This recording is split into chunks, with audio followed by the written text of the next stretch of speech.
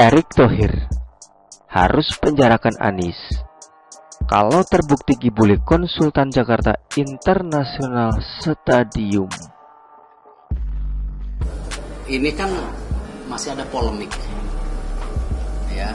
Bahkan saya lihat banyak juga isu-isu di sosial media yang sangat tidak benar. Nah, kalau media ini kan ada check and balance-nya. Saya sangat terganggu ketika ya stadion JIS itu dibangun dengan angka 4,5 sampai 5 triliun. Mau direnovasi 5 triliun. Nah, ini pembohongan publik yang luar biasa. Ya, ini kita jangan terjebak hal-hal yang terus-menerus seperti ini gitu. Ya. Pak Anies sendiri sudah bicara. Stadion JIS milik Indonesia. Milik bangsa kita. Dan terbuka untuk diperbaiki. Nah sama, kita ini datang ke sana bukan mempolitisasi ya, aset yang ingin diperbaiki. Itu bukan hanya JIS, ada 22 stadium yang akan diperbaiki. Nah kalau dibilang anggarannya JIS aja 5 triliun, salah. 22 stadion itu anggarannya 1,9 triliun, gitu kan? Dan kita ingin bangun dari tidur sepak bola kita. Artinya, ayo kita sama-sama memaksakan diri, ya, dan berkomitmen. Ayo suksesan U17 ini, ya, untuk apa? Bangsa Indonesia, ya, bersatu dan menunjukkan kepada dunia kita bisa, gitu. Jangan gagal terus. Nah, saya berharap ini perdebatan yang ya tidak bermanfaat. Ya, dan kita di sini PSSI, saya sendiri menjamin ya, bahwa kita ingin melakukan hal-hal perbaikan sepak bola tidak dalam konteks ya politik. Ini benar-benar niat baik, bersama-sama kita ingin memperbaiki. Nanti habis jelasin gini sama Bu Tisa, saya jelasin, loh, kalau rumput di Eropa hidup, shadingnya kurang. Ya itulah debat yang gak selesai gitu. Makanya tadi saya bilang, ya kan, Pak Anies sudah bicara, ini milik Indonesia, milik bangsa kita bersama.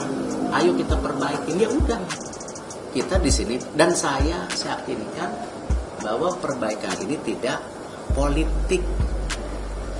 Kita ingin supaya kita punya event yang sukses, kita ngusulin. Gitu kan? Nah, rumput, ya perdebatannya itu, didebatin lagi. Ini ahlinya, yang nggak selesai.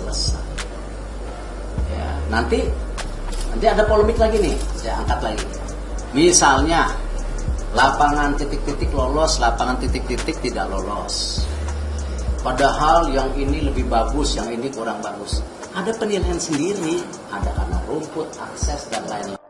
Borobudur Apple adalah sebuah perusahaan konsultan yang disewa oleh Anies Baswedan untuk membangun stadion bertaraf internasional di Jakarta yang uangnya pinjam dari Jokowi.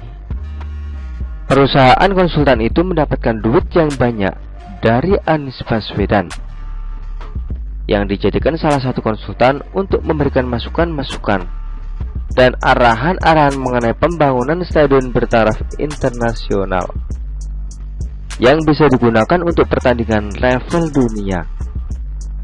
Karena setiap stadion yang dibangun di ibu kota tentu harus memenuhi standar-standar atau kriteria-kriteria pembangunan yang ketat, sehingga bisa digunakan untuk kancah internasional, bukan hanya Liga Tarkam yang dipimpin dan dikomandoi oleh PSSI.